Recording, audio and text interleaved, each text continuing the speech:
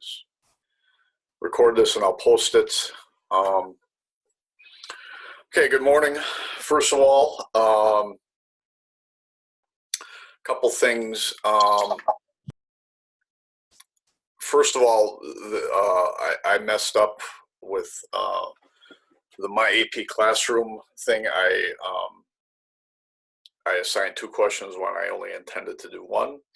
Those of you who did 2 get the go-getter award. You didn't have to do both of them. I only wanted you to do 1, but it was good. Both of I read them both. They were good. They're scored. The second one I had more time to do some comments on. I sort of liked it. It's not the rubric that we're using, which was really frustrating. I didn't know that until after I actually got into it. But for overall, you know, the takeaways were good. They were, a lot of them were really, really good. So, and a lot of you who were here did some really good things. So that was really good. I'll make some general comments, and if the following people, if you would stay on the call at the end, I just have some, I think it's a lot easier just to talk through some of this than me sending an email. So James is here, Brandon, I don't see Brandon, Blake, if you would stay, and Juliana, if you would stay. I just have a couple, you're not in trouble or anything like that. It's a lot easier to do it, to explain this way. So if you'd stay on the call at the end, I'd like to talk to you just for very, very briefly. Now, some general things regarding whatever question that you did, whether it was imperialism or the technology thing. The one thing that I thought we really, those of you who did the technology question, we have to understand, you know, this was sort of the classic example of you being them, I don't want to say tricking you, but you being sucked into the documents. I know there's the time element to it, but some of you got it, but some of you didn't. You know, a lot of you went off and on and on and on about the typewriter. Okay, that was one of the documents. But would someone please tell me, unmute yourself, and you know this, the typewriter was not the key industry, the key development of the Gilded Age. What was the key industry? And I'll give you a hint, the driving force of the economy of the Gilded Age. The railroad. Railroads. You could have written, you know, if you would have written, and you know, you all know this, it's Carnegie, it's Rockefeller, it's Morgan, coal to steel to railroads, and that loop. You're right about that. All that other stuff is taken care of. So I understand the pressure of time, and you're trying to get this down, but don't miss the forest because of the trees, or whatever the phrase is. You know, you have to think about the big picture. Those of you who did mention the Transcontinental Railroad or the development of the railroads, you know, that was just all set up for outside information on Rockefeller, on Carnegie, on J.P. Morgan. It was just sitting there waiting for you. So don't forget that you know, I'm not yelling at you or anything, but it was like, that's the opportunity. That's the big takeaway. A lot of you talked about labor reactions and stuff like that. So there was some really, really good stuff in there. And you did, yeah, I really thought you did well in what you were talking about with the documents. But, you know, it's hard to, you know, I think somebody attempted to talk about typewriting, and, you know, after a couple sentences, what are you gonna say about the typewriter? You know, so you have to think larger than that. So that was one takeaway from that. I just wrote some notes here, so give me a second. A lot of you in that technology question, a lot of you contextualize the Civil War and Reconstruction. That's okay, but you need to get back to the topic. You know, that's political stuff. They were talking about basically economic stuff. So what about the Civil War drove this period of industrialism. So you could say the industrial capacity of the North, the development of railroads, the development of the telegraph was really, really important. So I think for the most part we got contextualization, but it was really, really, we were jumping from like anti-slavery into industry, and that doesn't necessarily work really well. So really try to stay with the theme in the contextualization as well. Regarding the imperialism one, some of you tried to go back all the way to like 1763. We're talking about the Proclamation of 1763. That's okay. I just don't think you have time for that. If you're talking about imperialism in the late 19th century, context is manifest destiny. That's all you got to talk about. I mean, you have to say more. You have to describe manifest destiny, and some of you did. But you have to discuss the expansion across the continent in that century. So just a rule of thumb, unless it's, right on the early 1800s or the late 1700s, I would stick with the century that we're talking about for the most part, if you can. So it was that was a little bit dicey, let's say. Most of you got the point, but I'm just trying to make sure that you stick to the topic. Again, the time element is really, really significant.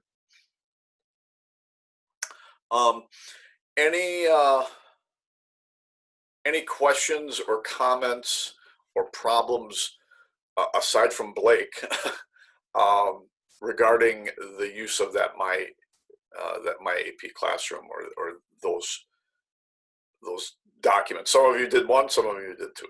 Any comments, questions, concerns?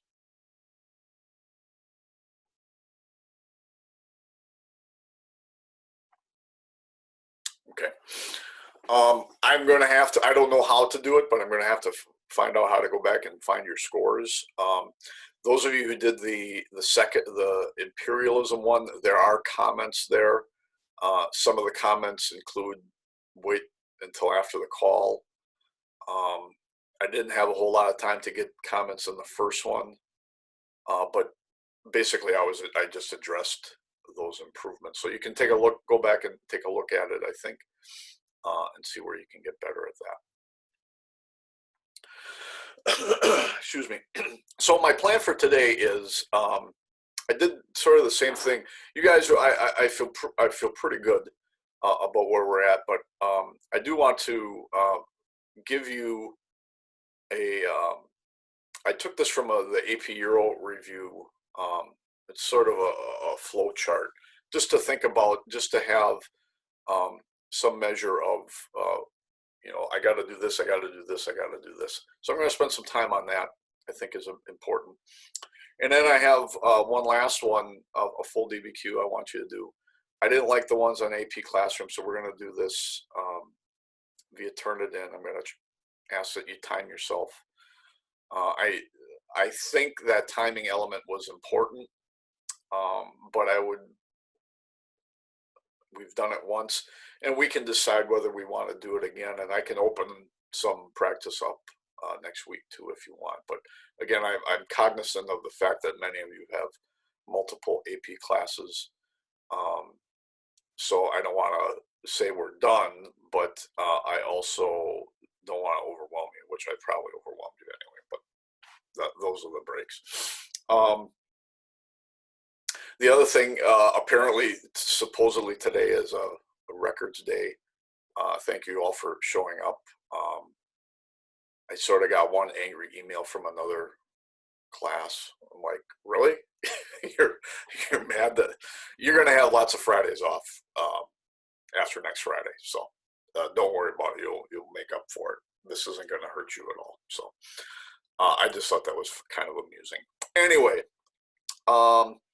let me share with you any questions. Oh, that was the other thing. If those of you who showed up for the Kahoot, I heard there was some, I don't want to say shenanigans going on, but the report that I got from Mr. Leiden was that if you ain't cheating, you ain't trying kind of idea. And I didn't know that you guys could stay on the call. I thought I had ended the call, but I think everything went fine. So if you are interested in doing another one at some point during this conversation, please put in the comment section to me if you're willing, if you want to do another one. He seemed ready to do one. I certainly will, so again, it just depends sort of on the schedule for next week. So if you want to do another Kahoot with the people from Georgia, or if we burn bridges, I don't know. I don't care. It's your call. So let me share the screen here for a second. I want to show you some stuff. Now this isn't, this is just a screenshot, but I got this from a guy named Todd Beach, who's a AP Euro teacher in Minnesota, and I went to his workshop, and I just thought it was sort of appropriate. And he's kind of adapted this. This is sort of what we've been doing all along. This is just a little bit simpler, I guess. And again, I'm recording this so you don't have to write this down. But again, we're starting with context, the broad picture. Context is harder really in Euro than it is for us. But context is, what events or what movement was going on generally that preceded it. But again, how it relates to the question. So, I shared my concerns with some of you regarding contextualization, but try to keep it on topic. The thesis, I think everybody got a thesis point, but remember that you need to give some explanation or some specifics. So in your thesis, you need to include, a setup for how he's structuring this, and this isn't a bad idea of giving two body paragraphs basically. So the reason for technological or the outcomes of the technological improvement were, one, the rise of big business, and two, the rise of the labor movement. Something fairly specific in that thesis. Now, in paragraph 1, they're recommending, and again, I'm recommending this too, is that you have a topic sentence where you deal with 2 of the documents.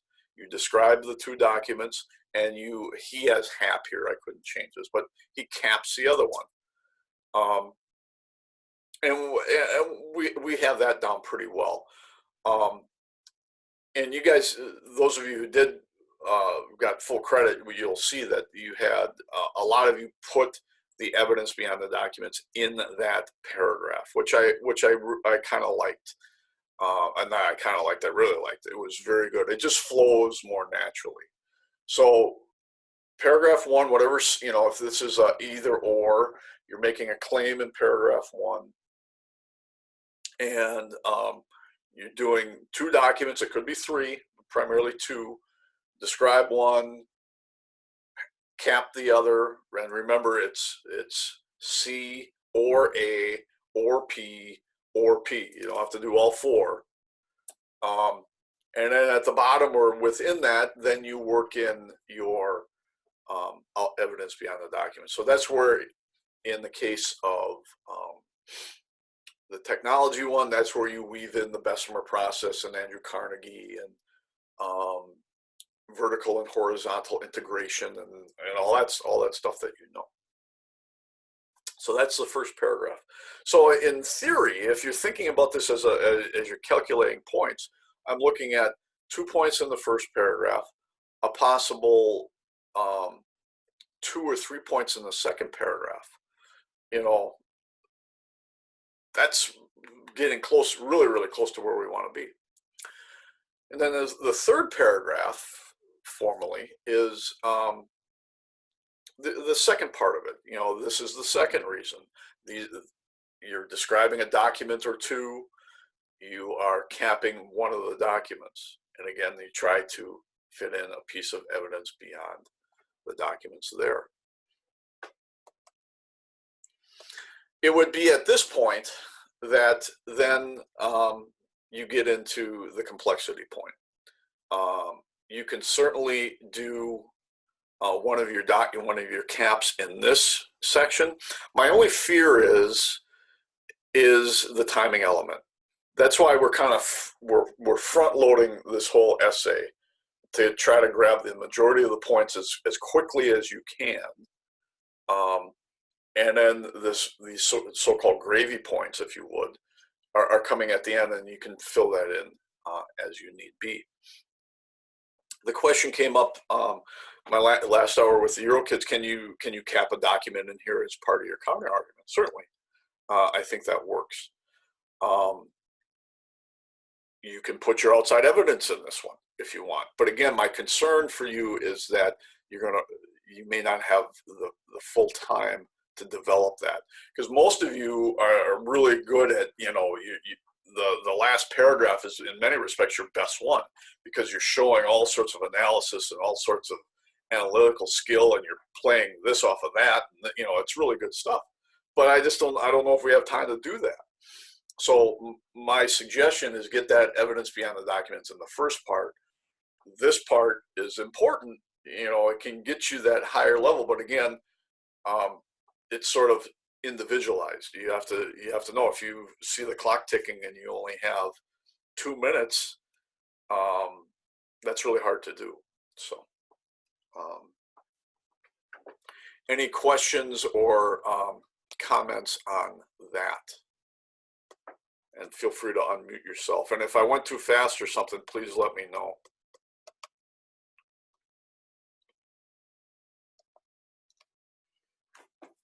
Okay. So I know that's a review. So today, what I have for you is yet another one that I'm going to ask you to do.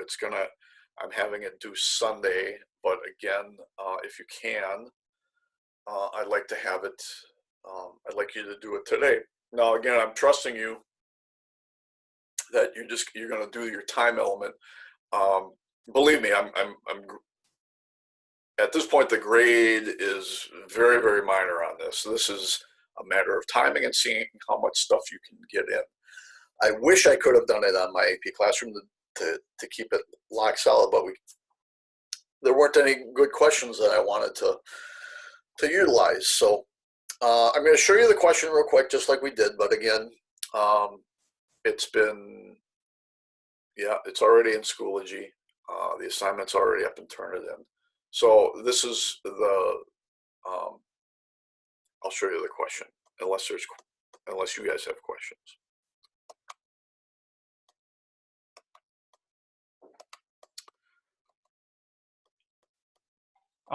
For like a second paragraph, like for this one, I thought I did the industrialization one essentially, and I thought that most of them pointed towards the like mechanization of labor, but I like knew the railroad, so I put that in. But I think there was one document that like had a picture of a locomotive, and I thought it fit more with the mechanization of labor, so I put it in there.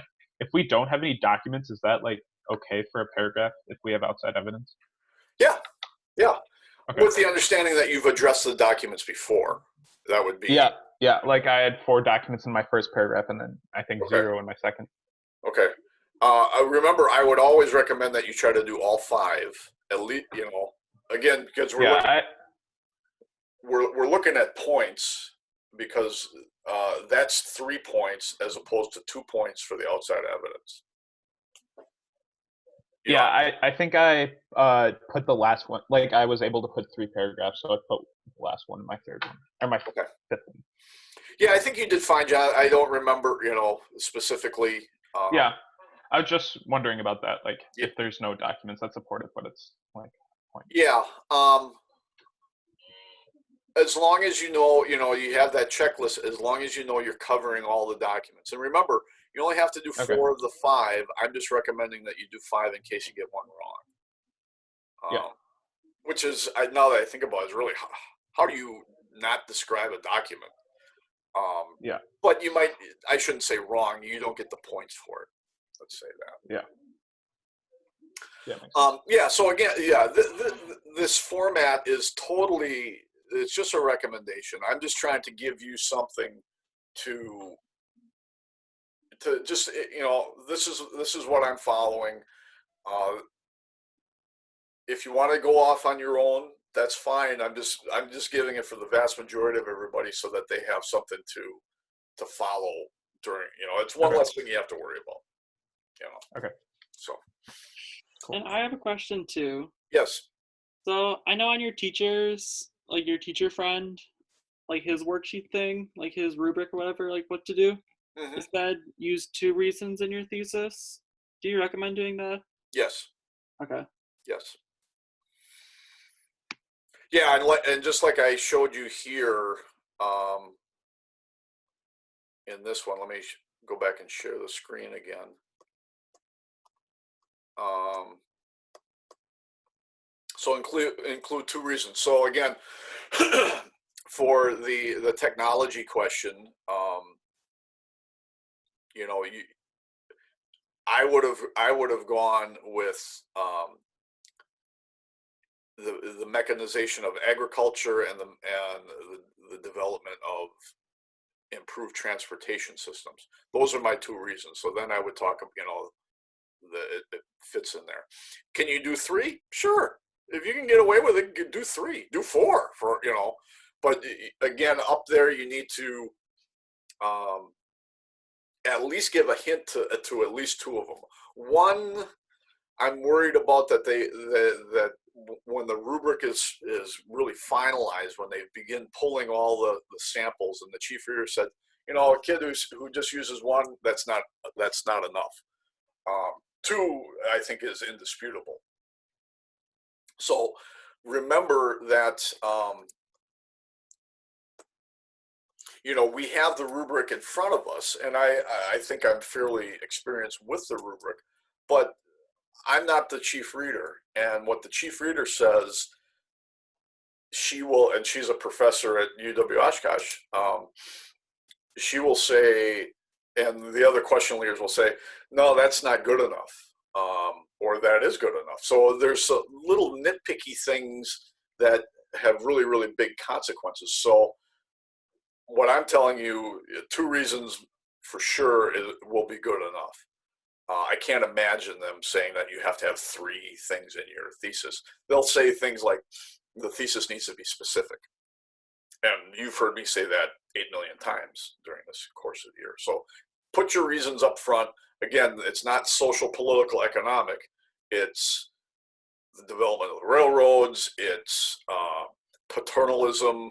It's if you did the imperialism question, it's the expansion of markets, that kind of thing. So, Jonah, did that answer your question? I went off on a tangent. Yeah, no, that makes sense. Okay, very good. Anybody else? All right. So let me show you the question for today.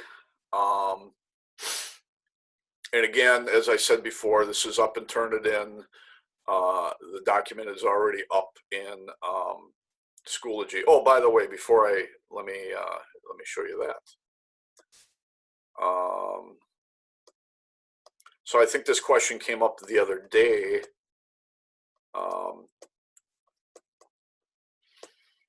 But in Schoology, we have here this is the rubric. So if you want to print this off, and you see it's in the folder AP General Info and Guidelines. If this makes sense to you, if this helps you, print this off. If the checklist that I gave you very early on, if that helps, use that. Whatever works for you. The one thing I will say about today's activity is that's different than the other ones is I will be using the 10-point scale.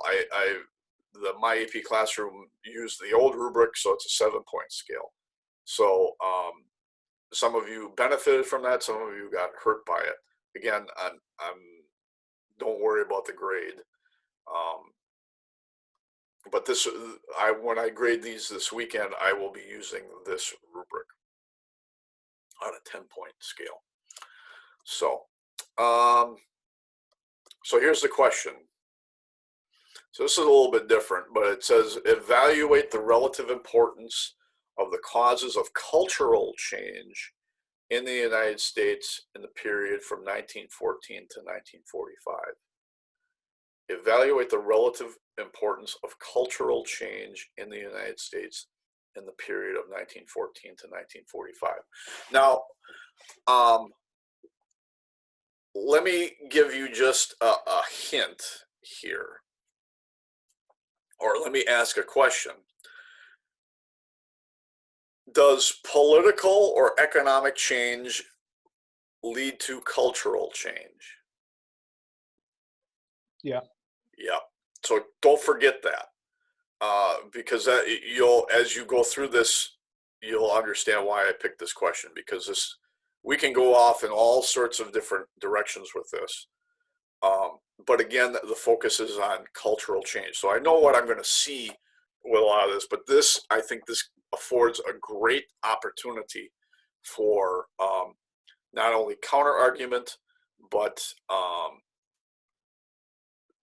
I shouldn't say counter argument, analysis, where you can kind of spin off in a variety of ways. So you have an interview on African American migrants to Chicago. There's a huge hint there. Closing the Gate cartoon. An op-ed from the New York Times regarding, you just can get a sense of it, the place of the woman of intelligence. Document 4, John Dewey. We know about John Dewey. And document 5, Roosevelt. And make sure you read this very, very, because this is sort of a key one of where that first suggestion I made, where it went, particularly with some of the larger scale of the New Deal. So I think this is, again, I like this. They did this on the AP review site, so I stole it from them. I thought it was good. A good question, a good review question. And again, relative importance. So this was the most important thing. This was the second most important thing that needs to be up front. You know, whether you believe it or not, however you can back it up. This was the most important thing because of this, followed by this. And on the other hand, there were some minor things too, that kind of thing. So, I don't know what the question is going to be, but it's going to be a comparison over time periods that we've worked on. It's going to be change over a big time period. And this is a fairly big time period, 1914 to 1945. I can't see them really going beyond that, but you don't know. You don't know. So that's up for you now, ready to go. Shoot, I thought I had one more. No, I guess not. So like I said, I really liked what you guys did in the last one. There's some really, really, really good things. There's some that I could take to a clinic. So I was very, very happy with that. And some of you just need some tweaks. And there was no disasters at all. So that was good. Regarding, most of you guys are all caught up, but again, I think maybe a couple of you have some stuff that needs to be made up. Really focus on the DBQ practices. That's what I'm really concerned about at this point. We can go back and do the other stuff after the test, but now we're in the trenches now. We need to get ready for next Friday. So please take care of that. And get ready to go. Oh, I know. Did anybody have any problems with the AP demo from yesterday? If you did, please message me. If I don't hear anything, I'm assuming everybody did it. If you did not do it, please, that's another thing that you need to do to make sure that runs smoothly. I also, just so you know, I sent your parents an email or a note yesterday to tell them basically to support you in this process and keep the house quiet and tell your brothers and sisters not to be watching Netflix and stuff like that while you're taking a test. And your parents are experienced with this stuff, so they kind of know that, but sometimes parents are clueless. So that was just a reminder. Those of you who are in student council, thank you for the very nice sign. That's for Teacher Appreciation Week, so that was very nice. Other than that, I would like to talk to James. I don't need to talk to you. Basically, James, James stay on, Blake stay on, Juliana stay on if you would. Other than that, if there's no questions, are there any questions before I let you go?